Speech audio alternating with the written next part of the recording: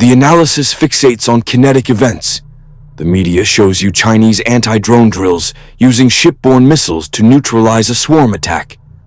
Analysts at CSIS dissect imagery from surgical strikes.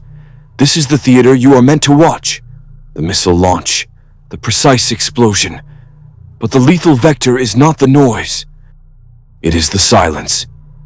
According to CSIS, the global economic and military nervous system runs on undersea cables. They are the unprotected arteries of the entire system.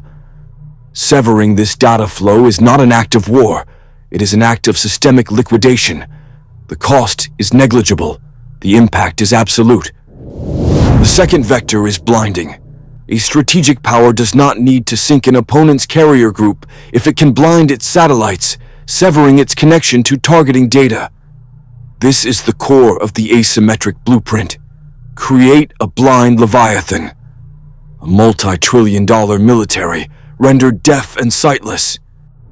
A blind Leviathan is a ghost asset floating in the dark. It cannot execute a surgical strike. It cannot defend against a swarm. It is a liability facing a solvency crisis with only 2 protocols remaining. Accept strategic defeat or escalate using weapons that do not require a signal. The pivot to asymmetry is not a strategic preference. It is a solvency crisis. A state's ability to wage conventional war has become a terminal liability on its domestic balance sheet. The kinetic cost of attrition, measured in tanks, artillery, and professional soldiers, is now mathematically unsustainable for any long-duration conflict. CSIS analysis confirms this vector. Protracted campaigns like the one in Ukraine function as a systemic drain on national liquidity and political stability. The Kremlin is not fighting NATO, it is fighting its own balance sheet. When the political cost of an unpopular war exceeds the state's ability to finance it, the system fractures. This is not defeat on the battlefield, it is bankruptcy at the national level. Weakness forces the pivot. When a state can no longer afford the multi-million-dollar missile to destroy a target, it must engineer a $500 drone to achieve the same kinetic outcome. This is not innovation. It is a desperate search for cheaper leverage. Asymmetric warfare is the protocol for states facing a solvency event. It is the weaponization of economic desperation. The entire blueprint hinges on a single, brutal economic equation. The kinetic cost-benefit analysis, as laid out by institutions like the Royal United Services Institute, RUSI, is stark. A $5 million main battle tank neutralized by a $500 drone. This is not a market inefficiency. It is a systemic invalidation of 20th century military finance. High-value assets have become high-cost liabilities on a battlefield saturated with cheap, lethal vectors. This phenomenon is known as the democratization of violence, the decoupling of kinetic capability from state-level capital investment. A non-state actor no longer needs a national treasury to project force, creating a strategic solvency crisis for major powers. When your primary instruments of conventional power are rendered economically obsolete, the escalation ladder loses its middle rungs. The blueprint is field-tested in the planet's gray zones. These are not sovereign nations in crisis. They are proxy laboratories for a new physics of conflict. We see the data in the Middle East, where Iranian-linked cells use critical infrastructure as a live fire range for cyber warfare protocols. We see it in Venezuela, where surgical strikes demonstrate the cost efficiency of precision over prohibitively expensive massed force. CSIS analysis confirms that escalating instability in regions across the globe is not random, it is a symptom. These zones provide the necessary political and infrastructural friction to test and refine low-cost, high-impact vectors before they are deployed against primary targets.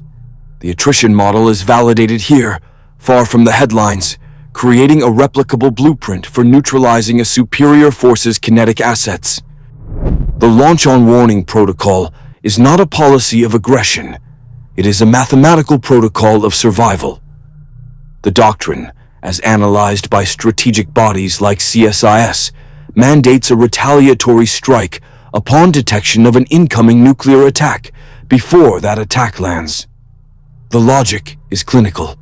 If you wait for impact, your own kinetic assets are liquidated, and your ability to respond is zero. It is a pre-calculated response to a decapitation strike. This entire protocol is predicated on a single variable: data integrity from early warning radar systems, but that system is now the primary target. We have active intelligence, verified by security analysts at Cloud SEK, of Iranian-linked cyber units like Muddy Water, deploying advanced attacks against critical infrastructure. Their objective is not physical destruction, it is systemic paralysis. This creates the fog of digital war. A successful cyber attack does not need to launch a missile, it only needs to blind the radar. To the commander in the bunker, a sudden communications blackout is functionally indistinguishable from the physical destruction of their sensors by a first strike. The protocol offers no third option. The commander is now trapped. Does he trust the silence, betting millions of lives that it's a low-cost cyber attack? Or does he follow the only protocol available for this exact scenario and initiate launch on warning out of fear? The asymmetric vector of a cheap cyber attack forces a binary, existential choice. It removes the middle rungs of escalation, creating a direct path from a conventional failure to a nuclear solvency event. The next phase is not a declaration of war. It is a test of the system, a calibration shot. CSIS analysts note the global preference for surgical strikes over shock and awe, a blueprint now entering the digital domain. Within the next 12 months, expect a systemic, non-kinetic event targeting a primary Western logistical hub, a major seaport or data center corridor. The vector will not be a missile but a novel exploit deployed by a deniable proxy entity like the Muddy Water APT, rendering attribution a political liability. The event will manifest as a silent, cascading failure. Maritime gridlock, a data blackout. This is the calibration. The objective is to force a solvency test, absorb billions in economic damage and signal strategic paralysis, or escalate against a phantom and trigger an uncontrolled response. It is the final systems check,